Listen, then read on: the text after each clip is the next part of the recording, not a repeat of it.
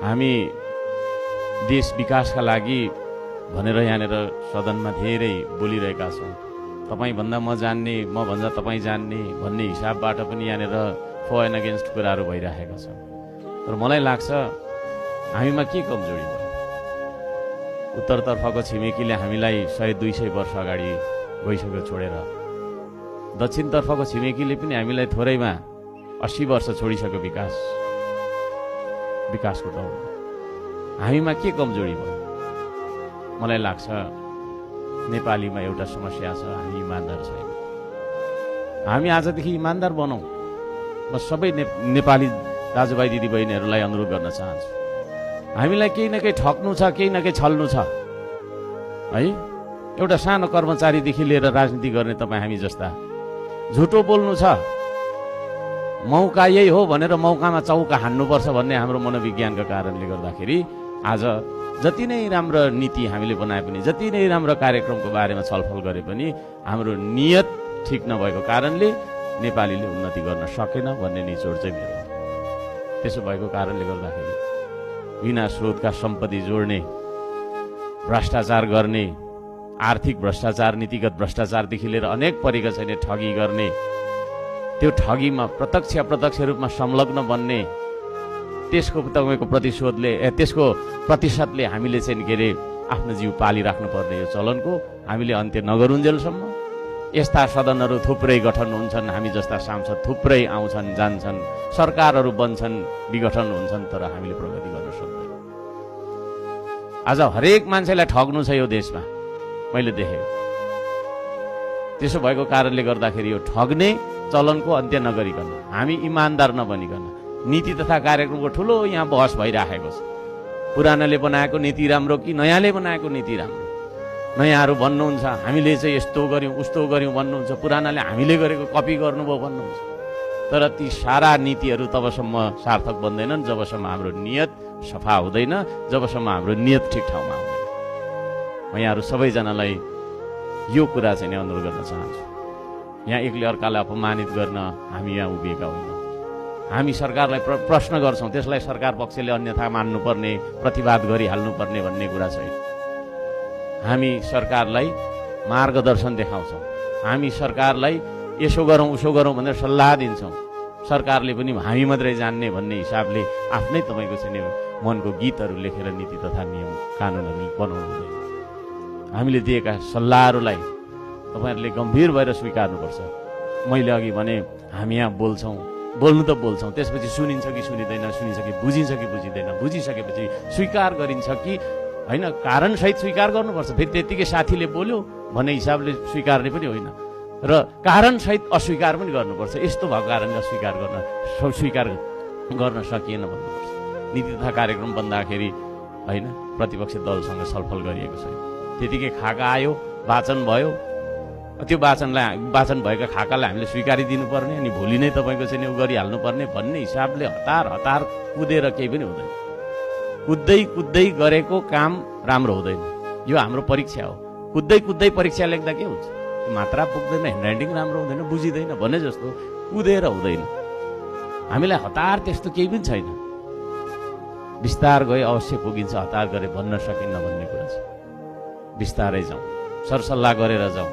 प्रतिपक्ष भन्ने बित्तिकै सत्तापक्षले भेट्नै नहुने, सत्तापक्ष भन्ने बित्तिकै प्रतिपक्षले चाहिँ भेट्नै नहुने भन्ने हिसाब होइन। तर पनि हामी विवेक प्रयोग गरेर, हामी मान्छे हौँ, मानवता प्रयोग गरेर हामीले चाहिँ के अरे सही र गलत छुट्याउन सक्नुपर्छ।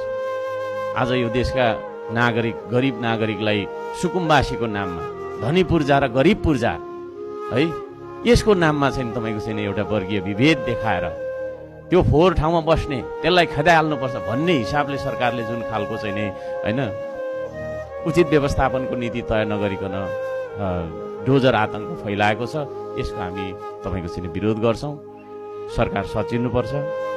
हरेक मान्छेलाई मात्रै नभएर किराकिरी हरेक प्राणीलाई आफ्नो वासस्थान प्यारो हुन्छ, वासस्थान चाहिन्छ होइन। माछाको कुर हुन्छ, चराको गुण हुन्छ, किरा फट्याङ्ग्राको पनि आफ्नो बस्ने ठाउँ हुन्छ भन्ने मान्छे हो नि हामी।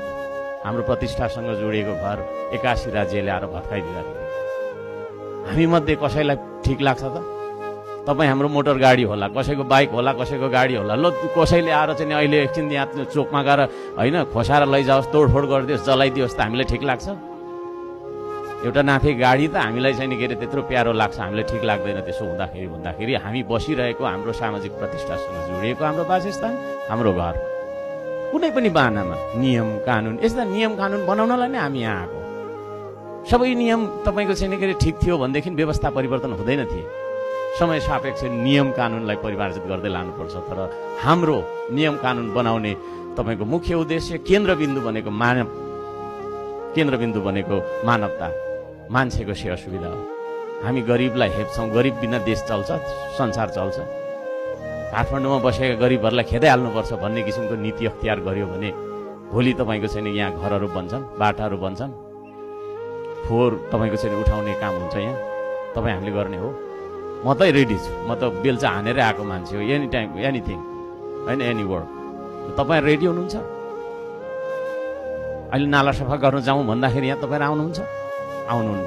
भनिसकेपछि हरेक वर्गका मान्छेको काम हुन्छ। यो कुरालाई पनि बुझ्नुपर्छ र त्यसरी नै मान्छेलाई चाहिँ सम्मान गर्न सकौँ, हामी आफू पनि सम्मानित बन्न सकौँ, म यो भन्न चाहन्छु। सम्माननीय सभामुख महोदय, यो बोल्ने, सुन्ने, बुझ्ने अनि स्वीकार गर्ने, अस्वीकार गर्ने यो कुरा प्रक्रियागत ढङ्गबाट अगाडि बढ्छ। यहाँ प्रतिपक्षको काम सत्तापक्षलाई खबरदारी गर्ने। हामी एउटा गाडीको कोही गियर जस्तो, कोही एक्सेलरेटर जस्तो, कोही ब्रेक जस्तो एउटै सिस्टमका अङ्ग हौँ।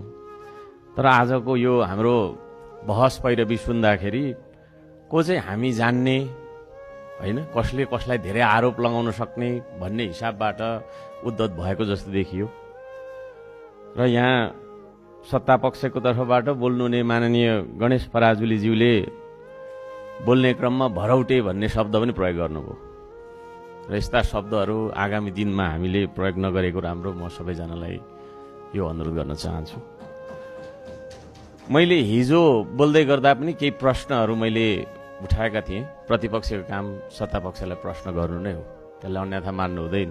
त्यो प्रश्न नै जनताको प्रश्न हो, जनताको एजेन्डा हो, जनताको सेवा सुविधासँग जोडिएका प्रश्नहरू हुन्। ती प्रश्नहरूलाई मैले अघि भने बोल्ने, सुन्ने, बुझ्ने, स्वीकार गर्ने अथवा अस्वीकार गर्ने यो प्रक्रियामा लानुपर्छ।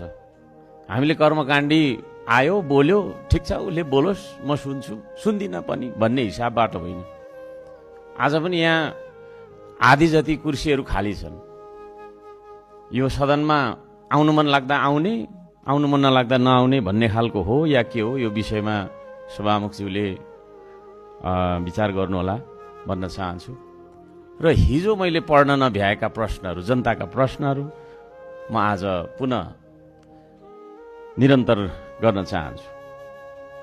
यो सरकारको प्रधानमन्त्री छ कि छैन? छ भने प्रधानमन्त्रीले सदनलाई सम्बोधन गर्नुपर्छ कि पर्दैन? सांसदहरूले उठाएका प्रश्नहरूको सरकार प्रमुखको हैसियतले उत्तर दिनुपर्छ कि पर्दैन? संसदमा उभिएर सांसदहरूको उत्तर नदिनु भनेको जनताका प्रश्नहरूको उत्तर नदिनु भन्ने बुझिन्छ। जनताका प्रश्नको उत्तर दिन नसक्नु भनेको अयोग्यता र असक्षमताको नमुना हो। के हाम्रो प्रधानमन्त्री अयोग्य र असक्षम बन्नुभएको हो त? जनता सरकारदेखि नै असुरक्षित महसुस गरिरहेका छन्। यो बेला जनता सरकारसँग डराएर बाँच्नुपर्ने हो। यही हो त लोकतन्त्र? जनताको जीवधनको सुरक्षा गर्न नसक्ने, सीमा रक्षा गर्न नसक्ने सरकारलाई कसरी सफल सरकार भन्न सकिन्छ? सीमावर्ती क्षेत्रमा छिमेकी मुलुकले गरिरहेको निर्माण कार्य नेपाल सरकारलाई सोधेर गरिरहेको हो या आफू खुसी निर्माण गरिरहेको हो? उदाहरण हामी महाकाली नदीको पारिपट्टिको तटमा भइरहेको निर्माणलाई हामी देख्न सक्छौँ। सरकार किन मुखदर्शक बनेको छ? यसको उत्तर सरकारले सदनलाई अथवा पत्रकार सम्मेलन गरेर जनतालाई दिएको राम्रो। बोल्न नसक्ने भगवानका मन्दिरहरू, गुम्बा, गिर्जाघर र विद्यालयहरू भत्काउनुको कारण के हो? कि यो सरकार निर्जीव सरकार हो जो जीवित जनताका जीवन्त आस्था, मान्यता, संस्कार र संस्कृतिलाई मेटाउन कसम खाएर आएको छ। सरकारले जताततै भत्काएको, तोडेको, फोडेको मात्रै देख्दा जनता आतंकित छन्। आज लगानीकर्ता, व्यवसायी निरुत्साहित छन्। व्यवसायीहरूमा आतंक फैलिएको छ। देशको अर्थतन्त्र समाप्त गर्ने सरकारी योजना हो कि के हो यो? युवाहरूलाई स्वदेशमै राख्ने भाषणले चुनाव जितेका सरकारको रोजगारी सम्बन्धी के छ त योजना? डोजर आए छाती थाप्ने बाचा, बाचाले चुनाव जितेकाहरूलाई बाचा पूरा नगरेको आरोपमा मुद्दा लाग्छ कि लाग्दैन?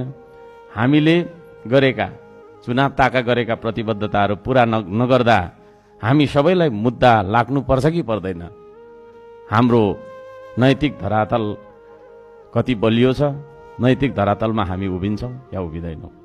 समन्वय, सहकार्य र सन्तुलन गुमाएर सरकारले शान्ति सुव्यवस्था कायम गर्न सकेको छैन। देशैभरि जनता आक्रोशित र आन्दोलित छन्। आज आत्महत्या गर्ने सम्मको बाध्यता सरकारले निम्त्याएको छ। अब कसरी शान्ति सुरक्षा कायम गर्छ यो सरकारले? विदेशी ऋण, डोजर, आतंक, प्रहरीको लर्को, बुट, लट्ठी र बन्दुक मात्रै देखाएर सरकारले कस्तो खालको सुशासन र विकासको नमुना देखाउन खोजेको? वीरगञ्ज, गण्डक चोकदेखि मितेरी पुल, बुटवल, हेटौडा, काठमाडौँका सामाखुसी, सीतापाइला लगायत देशैभरिका स्थानहरूमा बाटोको मापदण्ड भन्दै घर भत्काउँदै आतंक फैलाउँदै जनताको निजी सम्पत्ति माथिको आक्रमण कहिले रोक्छ यो सरकारले? कि सबै घर भत्काएर बालुवाको रासमा देशको विकासको खाका कोर्ने हो? यसको उत्तर हामीलाई चाहिन्छ। दृष्टिविहीनहरूका र असहाय, रोगी, अपाङ्गता भएका व्यक्तिहरूका लागि सरकारले के त्यस्तो विशेष योजना अगाडि सारेको छ? नेपाल आफैमा बहुसांस्कृतिक पहिचान बोकेको सांस्कृतिक देश हो। ताप्लेजुङको मुकुमलुङ पाथिभरा देवी दर्शन गराउने न्युमा केवल कार निर्माणको नाममा धार्मिक, सांस्कृतिक र प्राकृतिक सम्पदामाथि केही सीमित व्यक्तिहरूको स्वार्थमा भइरहेको अतिक्रमणलाई किन देखेन यो सरकारले? कहिले रोक्ने त्यो विनाशलाई? बत्ती पनि बलिसके जस्तो छ। धेरै कुरा म राख्न चाहन्न। हामी इमान्दार बनौँ, यति भन्न चाहन्छु। समयको लागि धन्यवाद। नमस्ते।